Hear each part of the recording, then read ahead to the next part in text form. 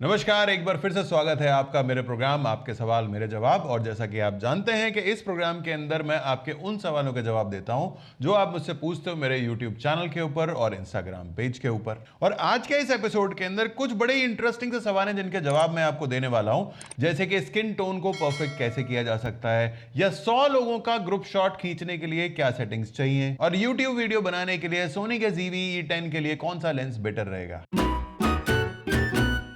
तो बिना time waste किए लेते हैं पहला सवाल, जो कि हमारे से पूछा है अभी दास ने। और ये कहते हैं, what is the difference between full time auto focus and continuous auto focus in videography. So अभी बहुत ही इंटरेस्टिंग सवाल है ये, बहुत लोगों को इसके बारे में नहीं पता है।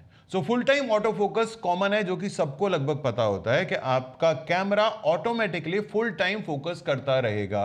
आप कहीं पर भी मूव करेंगे, जैसा आपने फोकस एरिया डिसाइड किया होगा या सिलेक्ट किया हुआ होगा, उसी तरीके से आपका कैमरा फोकस करेगा। लेकिन कंटिन्यूअस ऑटो फोकस यानी कि AFC, जो कि फोटोग्राफी के अंदर होता था, अगर आप उसको वीडियोग्राफी में यूज करते हैं तो उस केस में आपका कैमरा फोकस कंटिन्यूअसली तभी करेगा जबकि आप उसको बोलेंगे कंटिन्यूअसली फोकस करने के लिए। सो कंटिन्यूअस ऑटो फोकस आपके हाथ में जब कैमरा होता है तब आप कर सकते हो, वो भी अगर आपने बैक बटन को असाइन किया हुआ है तो।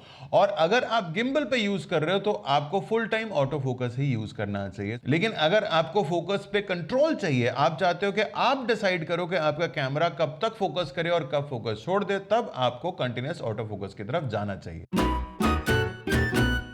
अब लेते हैं अगला सवाल, जो कि हमारे से पूछा है RKB फिटनेस ने। सर, एक परफेक्ट फोटोग्राफी के अंदर एक परफेक्ट स्किन टोन कैसे लाएं हर सिचुएशन में, चाहे दिन हो या रात। यार, बड़ा ही इंटरेस्टिंग सवाल है कि आपको स्किन टोन परफेक्ट चाहिए चाहे दिन हो या रात। दिन रात से यहां पर स्किन टोन के ऊपर कोई फर्क नहीं पड़ता। फर्क पड़ता है लाइट के सोर्स को आपके कैमरा को बताने में।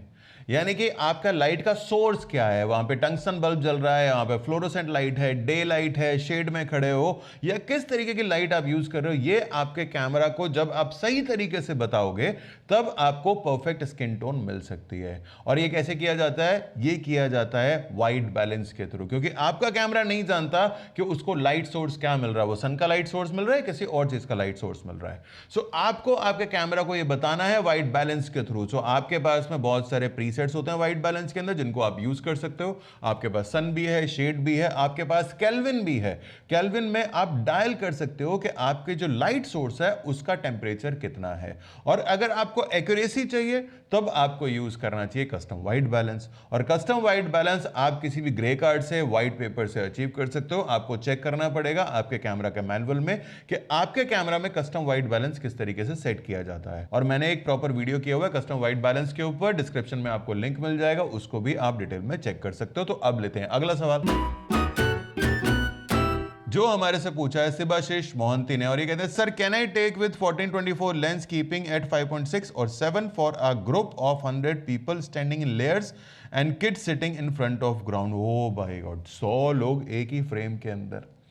बेसिकली इनका सवाल यह है कि 100 लोगों को ग्रुप शॉट में खींचना चाहते हैं, जो कि लेयर्स में खड़े हुए हैं और आगे बच्चे भी बैठे हुए हैं, और इनके पास में 14-24 लेंस है। 5.6 या f7 के ऊपर क्या ये उस शॉट को ले सकते हैं? तो आप लोग जल्दी से बताओ कि क्या ऐसा किया जा सकता है। बेसिकली 100 लोग हो, 200 लोग हो, 10 लोग हो, वो कितने डिस्टेंस में खड़े हुए हैं ये ज्यादा मैटर करता है।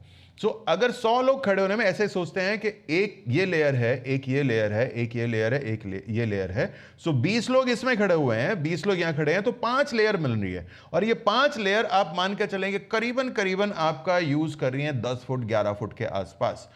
आपके पास में अगर 15 फुट की डेप्थ ऑफ फील्ड आपको मिल जाती है तो ये सारे लोग फोकस के अंदर आएंगे। और डेप्थ ऑफ फील्ड कैसे अचीव की जा सकती है? एक तो आपने खुद ही पूछा है, अपर्चर के थ्रू 5.6 या f7 के ऊपर, और दूसरी चीज है फोकल लेंथ, कि आप कौन सी फोकल लेंथ यूज करते हैं, और तीसरी चीज है डिस्टेंस।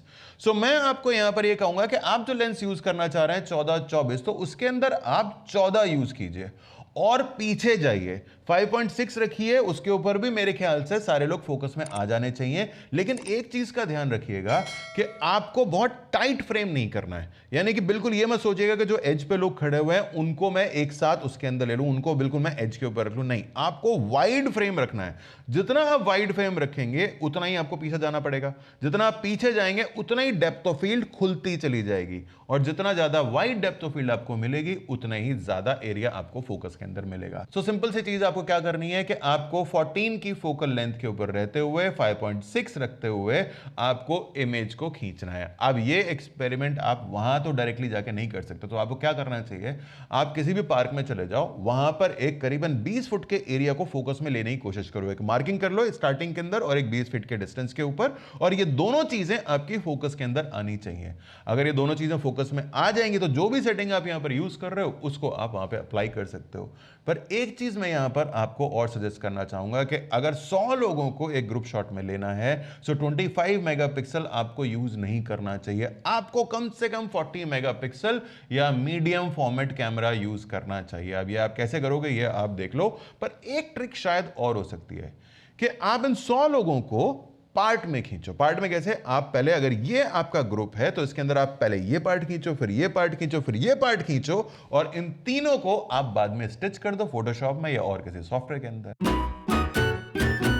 और अगला सवाल हमारे से पूछा है मल्लिकार्जुन ने, और ये कहते हैं sir I have Nikon D90 camera, when I shoot of camera with strobe lights its white balance is not getting proper, it's too warm like yellowish tone, while I shoot on camera with flash I get proper white balance, I tried everything but I am not understanding what is the problem। सो मल्लिकार्जुन, यहां पर simple सी एक problem हो सकती है कि जो आपकी lights हैं, जो स्ट्रोब लाइट्स हैं, वो अब बहुत पुरानी हो चुकी हों, वो ही आपको येलो कलर दे रही हों।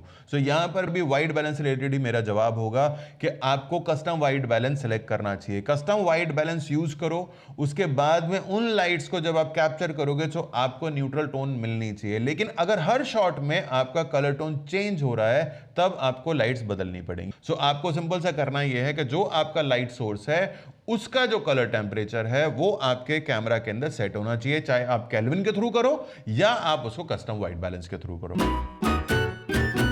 अब लेते हैं अगला सवाल जो कि हमारे से पूछा है हरविंदर सिंह ने। सर मैं न्यू यूट्यूबर बनना चाहता हूं और सोनी ZV-E10 कैमरा लेना चाहता हूं, और इंडोर वीडियोग्राफी के लिए कौन सा लेंस सही रहेगा, और कोई माउंट वगैरह भी लगाना पड़ेगा या लेंस डायरेक्टली अटैच हो जाता है।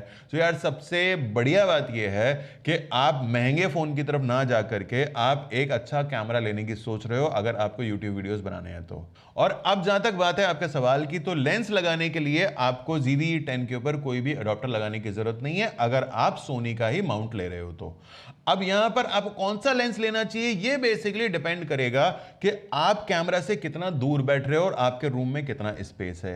ज्यादातर जो यूट्यूबर्स हैं वो 24 mm प्रेफर करते हैं, और मेरा जो आप वीडियो यहां पर देख रहे हो ये मैं निकॉन के Z6 III 35 mm 1.4 के लेंस के साथ में शूट कर रहा हूं। तो ZV-E10 के ऊपर आपको कोई भी 24 mm की फोकल लेंथ के हिसाब से लेंस लेना पड़ेगा। लेकिन प्रॉब्लम यहां पर यह है कि ZV-E10 एक क्रॉप सेंसर कैमरा है। सो ऐसे में आपको 16 mm लेंस की तरफ जाना चाहिए ताकि आपको क्रॉप अप्लाई होने के बाद में 24 mm की फोकल लेंथ मिल जाए। पर एक बार डीलर के पास जाकर कैमरा पे लेंस लगा करके आप ट्राई कर लेना और उसके बाद ही आप फैसला लेना। सो आज के इस एपिसोड के अंदर बस इतने से ही थे सवाल। अगले एपिसोड के अंदर फिर मिलेंगे कुछ नए सवालों के जवाब के साथ में, और आपके सवाल अगर मैं इस प्रोग्राम के अंदर लूं तो उसके लिए आपको नीचे कमेंट बॉक्स में कमेंट करके अपने सवाल पूछने पड़ेंगे। आपको चाहे जितने मर्जी छोटे सवाल लगे या जितने मर्जी बड़े सवाल हो, नीचे कमेंट बॉक्स में लिख करके पूछे ताकि मैं उन सवालों के जवाब आपको दे सकूं। सो मिलते हैं अगले एपिसोड के अंदर, and thank you for watching this video.